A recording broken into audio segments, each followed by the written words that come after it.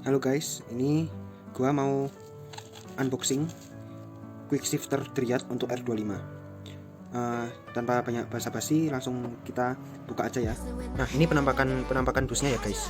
Nah, ini Dryad quick shifter untuk 2 silinder buat R25 old. Tanpa basa-basi, kita langsung buka aja ya.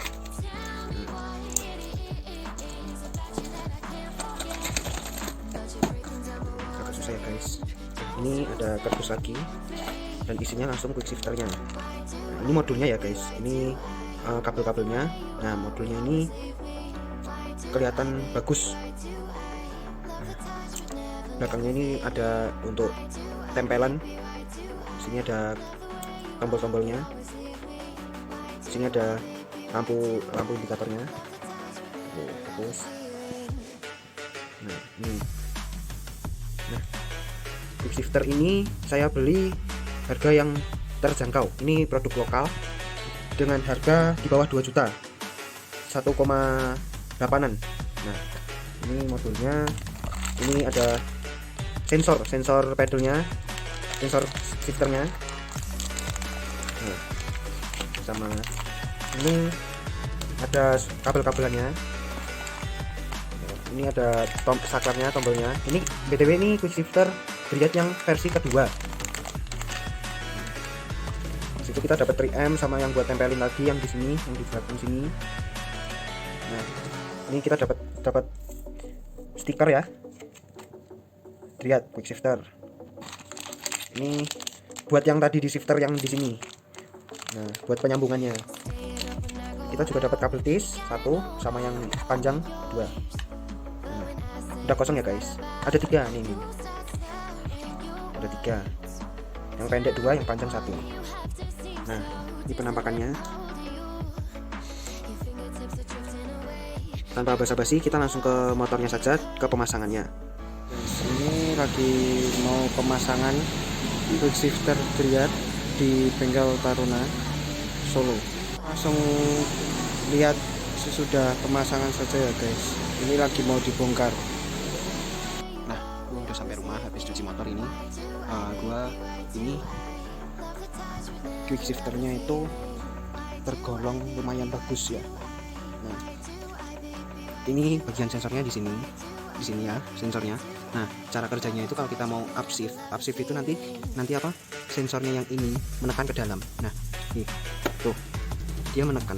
Nah, jadi ini itu nanti kalau dia menekan itu ini sensornya masuk langsung ke modulnya sini. Kalau tidak salah seperti itu. Nah, soalnya gua beli Dryad quick shifter ini tidak ada buku manualnya untuk memasang. Nah, cara pemrogramannya itu saya nggak begitu mengerti karena ini sudah diprogram sama bengkelnya yang memasang quick shifter ini. Nah, saran saya setiap mau memasang Dryad ini, modulnya itu diplastiki supaya kalau terkena air dia tidak konsleting. Nah, ini udah di kontak off ya. Quick shifternya itu langsung di tanda merah seperti ini. Kita pencet bagian ini dua-duanya. Nah, tuh dia langsung langsung ada indikatornya. Ini RPM 1, gigi 2, RPM 2, RPM 3, RPM 4 itu gua nggak begitu paham. Nah, terus ini RPM 1 itu di 2300, RPM 2 5700, disitu RPM 3 8700, RPM 4 11500. Nah, ini di RPM 1 itu 105 ms, yang RPM 2 100 ms, RPM 3 95 ms, RPM 4 90 ms. Nah, ini sudah disetting dengan orang yang memasang quick shifter ini. Ini sekarang kita di bagian RPM ya. Kalau ini kan belum dinyalain mesinnya. Nah, itu RPM-nya 0. Terus kita ke LC. Nah, LC itu ini motor ini tidak bisa digunakan karena error. Ini modulnya error. Dan selain launch control yang tidak bisa itu, pit limiternya juga kadang-kadang error. Nah, errornya itu kayak gimana? Gua set itu di 6000 rpm. Nah, saat gua pencet ini 2 kali pit limiter, dia kan harusnya nahan ke 60 km/jam di rpm 6000. Nah, tapi itu jaringnya itu rpm-nya itu tidak pas. Bisa di 7000, bisa di 5000, bisa kadang-kadang 3000. Nah, gua udah klaim garansi tapi gua males kirim ke sananya. Yang kan toh yang digunakan itu cuma quick shifternya doang.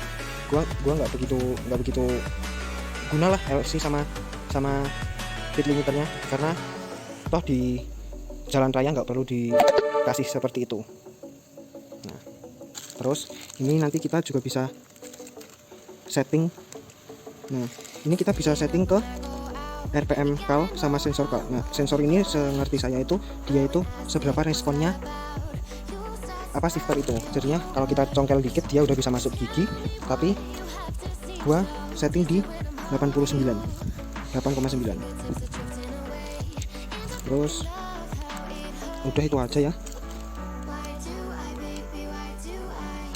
Kalau RPM kali ini dia dikalibrasi, RPM yang bagian di speedometer ke modul ini harus disamakan. Kalau misalkan di RPM sini 3000, nah di sini juga harus angkanya 3000. Nah, sekian dari saya. Kita langsung coba bagian seberapa halus quick shifter ini. Ini masih netral. Masukin gigi satu dulu. Nah, ini gigi satu. Kita masukin gigi dua ya.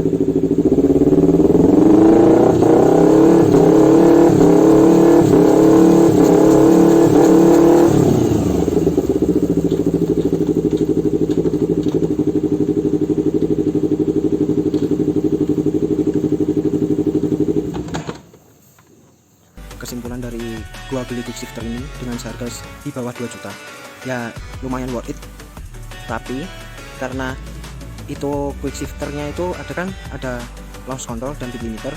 Launch control gua tidak bisa digunakan, sama speed limiter gua gak bisa digunakan. Nah, awal-awal ini terpasang itu kendalanya itu saat gua bawa touring. Nah, saat mesin ini panas itu quick shifternya itu tidak mau bekerja, jadinya kita congkel-congkel itu nggak bisa masuk gigi, harus kita memakai kopling. Nah, tapi lama-lama gua langsung masukin ke bengkel lagi, itu ternyata kabel groundnya itu tidak pas. Nah, langsung dipindah jalur kabel groundnya, sekarang langsung sudah bisa gua bawa touring, itu pun tidak mati lagi.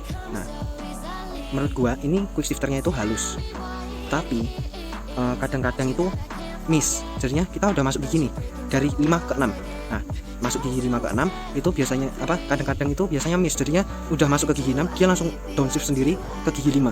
Nah, itu nggak tahu gua kenapa, jadinya kalau gua speeding itu benar-benar harus nyongkelnya itu benar-benar sampai atas gitu loh, perlu effort, jadinya kadang-kadang itu kasar. Nah, ya maklumlah quick shifter lokalan di bawah harga 2 juta beda dari yang kayak MBTech dan lain-lain. Nah, ya ini dibuat quick shifter saja itu sudah lumayan bagus. Nah, punya teman saya juga itu dia punya CBR 600 dipasang ke Triad, itu quick shifternya itu kasusnya sama sepertinya saya. Itu dia itu jadinya kalau mesin sudah panas itu quick shifternya itu tidak bisa digunakan, harus memakai kopling lagi. Nah, langsung saya kasih tahu kabel groundnya itu dipindah jalur aja, dipindah ke bodi besi lainnya, tetap gak bisa. Dan akhirnya dia menyerah, soalnya juga itu quick shifternya itu yang gua pakai itu dia quick shifternya itu kasar banget, padahal itu udah V2. Nah, dia menyerah, langsung dia lepas. Tapi kembali lagi, kalau barang elektronik itu beruntung-beruntungan dapat unitnya. Kadang-kadang dapat unit langsung jelek, kadang-kadang unit awet dan bagus. Nah, sekian dari saya, terima kasih.